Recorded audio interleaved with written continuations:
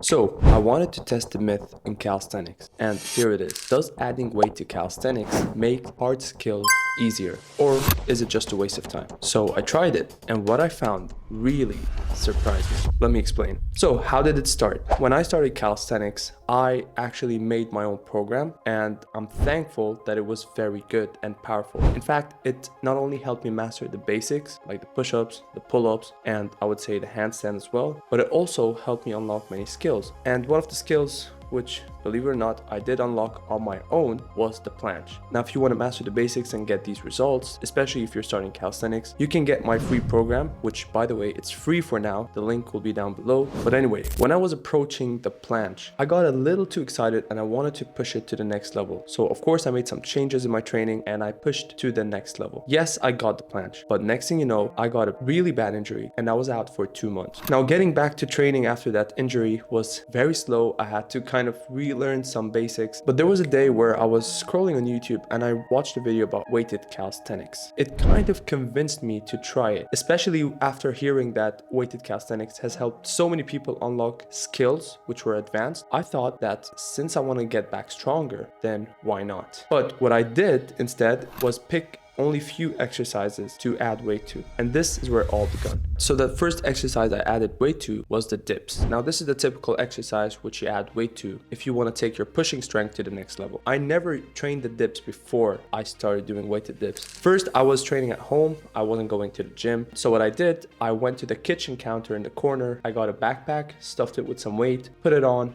and repped out some dips. So although it started at home, I was actually noticing a big difference in my pushing strength. And I did notice that pushing is now getting a little easier. And so it did transfer to that skill I was training, which at the time was the handstand push-up. You can say I felt a little lighter when performing the skill. And another bonus was I noticed a big difference in my physique. I did notice that my muscles were sore afterwards, especially my triceps and chest. So I was getting a little too excited. Signed up to the gym, started using proper belts, and I started doing proper weighted dips. But eventually I had a problem. I started noticing pain in my shoulder, and honestly it was slowing down my progress with the handstand push-ups. And now I was just confused because although it helped me at the beginning, it kind of slapped me in the face later on. But I didn't want to give it up, so I decided to give it one more shot. But this time it was different because I applied a different strategy for the weighted calisthenics into the program, and the results changed. Now I'm gonna get back to that strategy later in this video, so hang in there. But moving on to the second exercise which I added weight to was the pull-ups. Again, I started that at the same time as my dips. I was doing it at home. I added backpack and stuffed it with some weight, and again, results were surprising. Not only did I increase my pull-up reps, I think I was able to do like 11, 12 clean pull-ups. It went all the way up to 23 or 24 in 4 to 5 weeks. Yeah, so it was almost a month. And at that time I was training the muscle ups for my pulling strength, and the muscle ups started feeling a little lighter. So getting over the bar felt easier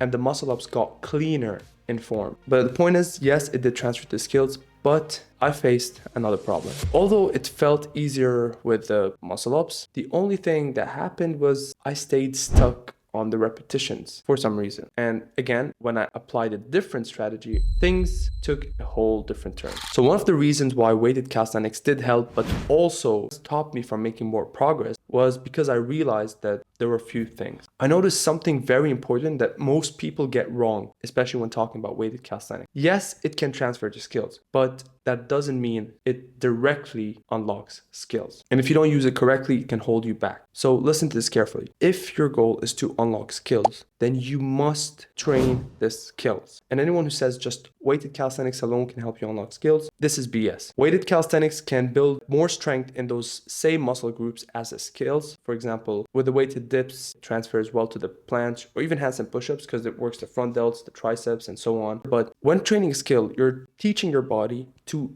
adapt in that position. So how would dips really help you out with, let's say, the planche? How does it teach your body to float in the air? You must train the skills if you want the skills. And this was when I realized the strategy. So here's the strategy I used. If your priority is skills, you're gonna train skills first, and then you will train weighted dips. But that's not only it. 60 to 70% of your energy should go on the skills. So if you had an hour to train, you would spend 40 to 45 minutes training the skill and the other 15 minutes training the dips, for instance. Another point is you should never push yourself to failure. Just be 1-2 reps shy away from failure. I spoke in one of my videos about the disadvantages of pushing yourself when it comes to strength. It's not a good thing. It can slow you down, which is what happened to me when I started doing, dips at the beginning. I was pushing myself to failure every single time, and slowly it started eating away from my handstand push-up progress. You don't want to fire your nervous system. I do talk about this in my program, which again, let me remind you, you can download it. It's down in the link. For now, it's free. So again, make yourself lucky and get it. But now your goal might just be strength and building muscles with calisthenics. This is when it makes sense to prioritize the weighted dips and pull-ups if that's your goal. All right, I forgot to talk about the results in this video, so this is why I'm recording it now. So after I started following the new strategy and I prioritized the skills and then used the weighted calisthenics as secondary exercises, first of all, my handstand push-ups start